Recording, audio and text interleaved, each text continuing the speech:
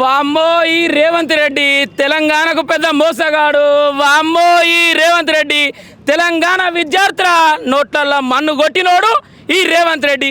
అయ్యో ఏరి కోరు తెచ్చుకున్న మొగుడు వెనకన్నట్టున్నది కాంగ్రెస్ పాలన.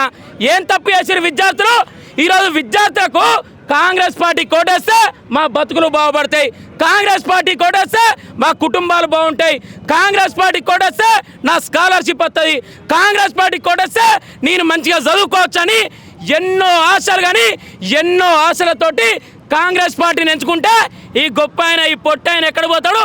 హార్వర్డ్ యూనివర్సిటీకి పోయాట, పాఠాలు చదువుతారట.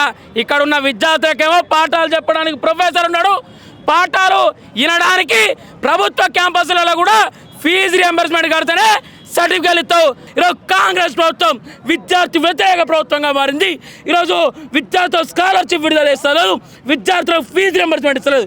కాబట్టి విద్యార్థి వ్యతిరేక విధానాలు వేస్తున్న ఒక కాంగ్రెస్ ప్రభుత్వానికి ఈరోజు పతనం మొదలైంది బిడ్డ రేవంత్ రెడ్డి.